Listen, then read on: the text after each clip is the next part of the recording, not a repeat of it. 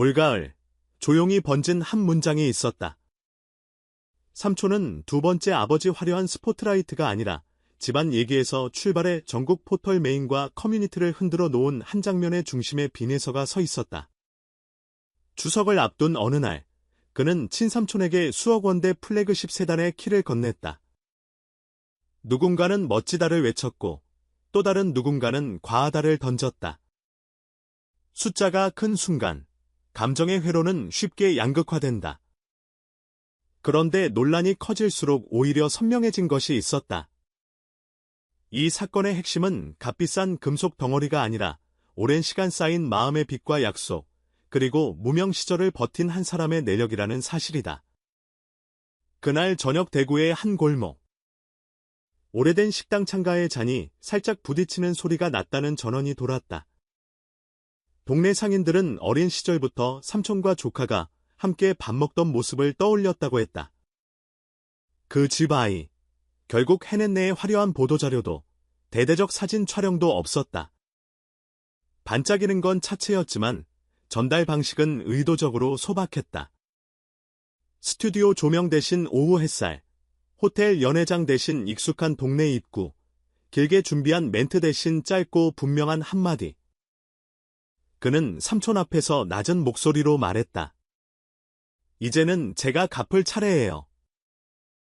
과장된 제스처보다 생경할 만큼 담백한 톤의 그 한 줄이 배경의 모든 사소한 것, 문손잡이의 차가운 감촉, 골목의 바람결, 억양이 살아있는 사투리를 상징으로 바꾸어 놓았다. 인터넷은 곧바로 둘로 갈라졌다. 평생 버팀목이 되어준 가족에게 이 정도 선물. 문제인. 나는 찬사와 보여주기식 과소비 아니냐는 반론이 같은 속도로 확산됐다. 숫자의 자극성은 논쟁의 지름길이다. 수억이라는 단어는 순간적으로 판단의 축을 가격으로 돌려놓는다. 그러나 가격표가 이야기의 전부가 되는 순간, 진짜 중심은 사라진다. 그는 짧은 입장을 남겼다.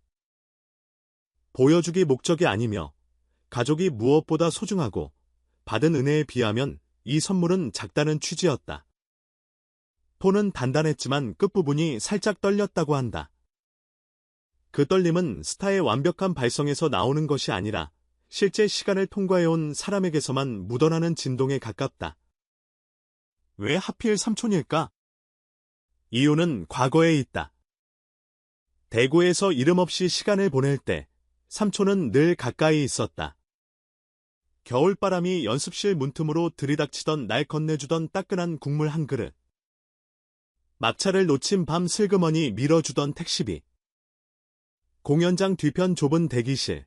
남들이 지나치던 순간에 놓아준 단단한 한마디. 넌 할 수 있어. 남들에게는 흔한 격려였을지 몰라도 그에게는 포기와 결심 사이에 들어가는 쐐기 같은 말이었다. 오디션 프로그램 무대에 설 때마다 객석 가장 먼저 자리를 채우던 사람도 삼촌이었다고 한다.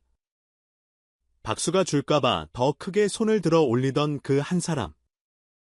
돌아오는 길, 차창에 비친 얼굴이 울퉁불퉁해 보일 만큼 지쳤던 날에도 그는 마음속 약속을 되뇌었다.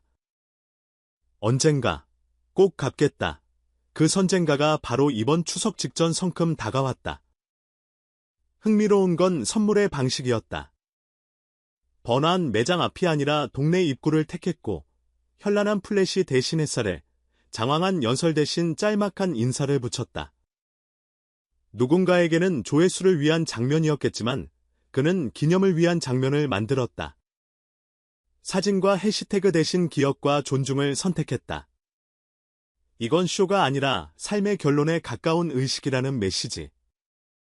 그리고 그 메시지는 유난히 작게, 그래서 더 멀리 올렸다. 물론 스타의 선택은 금세 공적 담론이 된다. 브랜드 이미지, 팬덤 문화, 부의 윤리라는 키워드가 곧장 달라붙는다. 수억 원대 차량이라는 상징은 광고 협찬 여부, 세무 처리, 사회적 책임 같은 질문들을 자동으로 소환한다. 다만 확인되지 않은 정보로 추측을 쌓는 건 위험하다. 현재로서 명확한 건 단 하나, 행동의 출발점이 가족과 은혜였다는 빈에서의 선언뿐이다. 그럼에도 대중의 의심은 의미가 있다. 스타의 행보는 상징으로 번역되어 사회에 영향을 준다. 어떤 이에게는 이런 선물이 박탈감을 자극할 수 있고, 또 다른 이에게는 성공의 이미지를 과하게 포장하는 장치처럼 보일 수도 있다. 그 불편함을 가볍게 밀어내는 건 옳지 않다. 그래서 더 필요한 건 전달의 정밀함이다. 감사가 과시로 읽히는 건 한 끗 차이다. 같은 행위라도 배치와 문맥, 시점과 톤에 따라 의미가 달라진다. 그는 앞으로도 이 한 끗의 감도를 스스로 점검해야 한다. 팬들은 더 깊이 애정을 고백하는 동시에 더 높은 기준을 요구할 것이다. 브랜드들은 그의 가치관을 주의 깊게 관찰할 것이고, 언론은 다음 행보를 기다린다. 하지만 긴 시간의 관성은 종종 진심 쪽으로 기운다. 순간의 파도는 모래를 어지럽히지만 조류의 방향은 계절과 지형이 결정한다. 그의 음악이 늘 그랬듯 이번 이야기의 물길도 결국 사람의 마음으로 흘러갈 가능성이 크다. 여기서 한 걸음 더 들어가 보자. 이 선물은 과거를 닫는 의식이 아니라 현재를 여는 출발점이라는 점, 가품이 끝나는 순간 책임이 시작된다. 감사는 추억을 떠받치는 기둥이면서 다음 시간을 여는 손잡이다.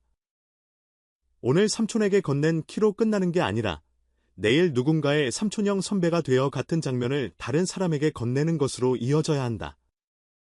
연습실 바닥의 차가움을 기억하는 사람만이 다른 누군가의 겨울을 덜 춥게 만든다.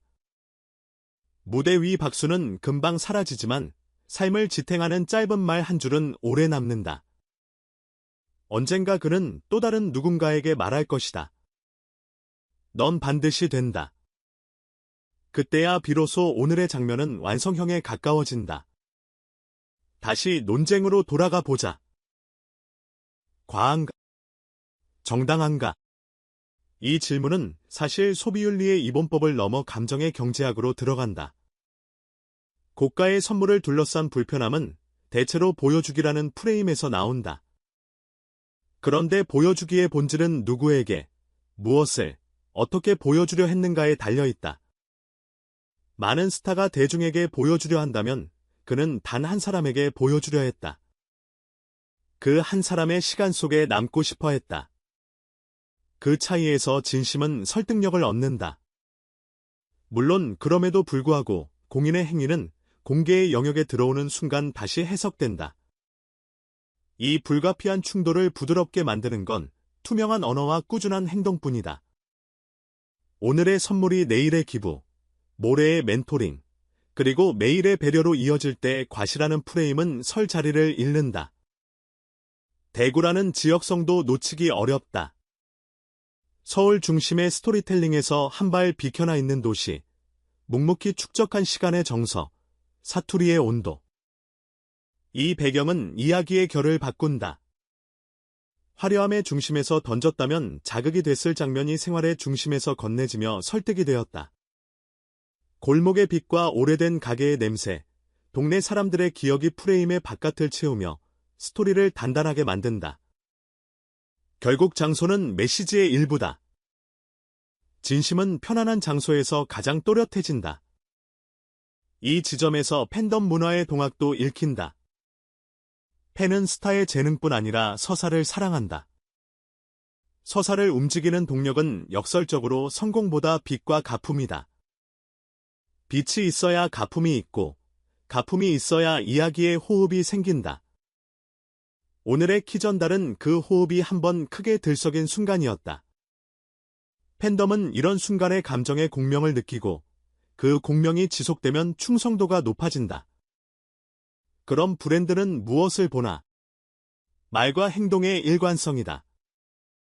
오늘 가족을 말한 사람이 내일 낯선 이웃을 돕는 장면을 만들 때 신뢰는 비로소 공적으로 굳는다. 이제 가장 중요한 장면으로 확대해보자. 키를 건네받은 삼촌이 잠시 고개를 떨구고 손바닥에서 그 무게를 가늠하던 찰나. 그 무게는 금속과 전자부품의 합이 아니다. 밤 공기의 차가움, 지하철 막차의 소음, 낡은 연습실의 바닥, 무대 뒤편 어둠에서 서로를 찾던 목소리의 밀도, 그리고 언젠가라는 단어가 버텨낸 시간의 층위가 포개져 만들어낸 무게다. 그래서 어떤 선물은 과함 정확함이 된다. 어떤 빚은 화폐의 크기가 아니라 축적된 시간이 만든 크기로만 갚을 수 있기 때문이다. 오래된 것은 때로 비싸다. 비싸서가 아니라 오래되었기 때문이다. 여전히 남는 질문이 있다. 이런 장면을 우리 사회는 어떻게 받아들여야 하는가? 부의 불평등이 실감나는 시대에 고가 선물은 쉽게 오해의 상징이 된다.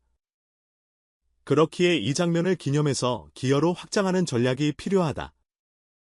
이 전략은 거창할 필요가 없다. 지역 청소년을 위한 연습공간 지원, 무명예술가 교통비 프로젝트, 공연장 뒤편을 지키는 스태프를 위한 안전장비 후원처럼 자신이 지나온 길의 헛헛함을 메우는 아주 구체적인 방향이면 충분하다. 이런 연속성이 쌓일 때 오늘의 이야기는 하나의 캠페인이 아니라 살아있는 윤리가 된다.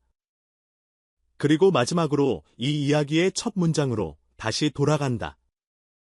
오늘 반짝인 키아나가 그 문장을 검증했다. 사람들은 계속 토론할 것이다. 과했는지, 적절했는지, 다른 방식이 더 좋았는지. 토론은 필요하고 의심은 건강하다. 하지만 한 사람의 마음속에서는 이미 결말이 났다. 빚은 갚았고 책임은 시작되었다. 이제 그는 누군가의 겨울을 덜 춥게 만들 차례다. 그리고 언젠가 또 다른 골목에서 똑같이 말할 것이다. 넌 반드시 된다. 그때 이 모든 서사는 한 번 더 완성에 가까워질 것이다. 오늘의 장면은 끝이 아니라 프롤로그다. 그러니 다음 페이지를 넘길 준비를 하자. 진심은 길게 간다. 그리고 결국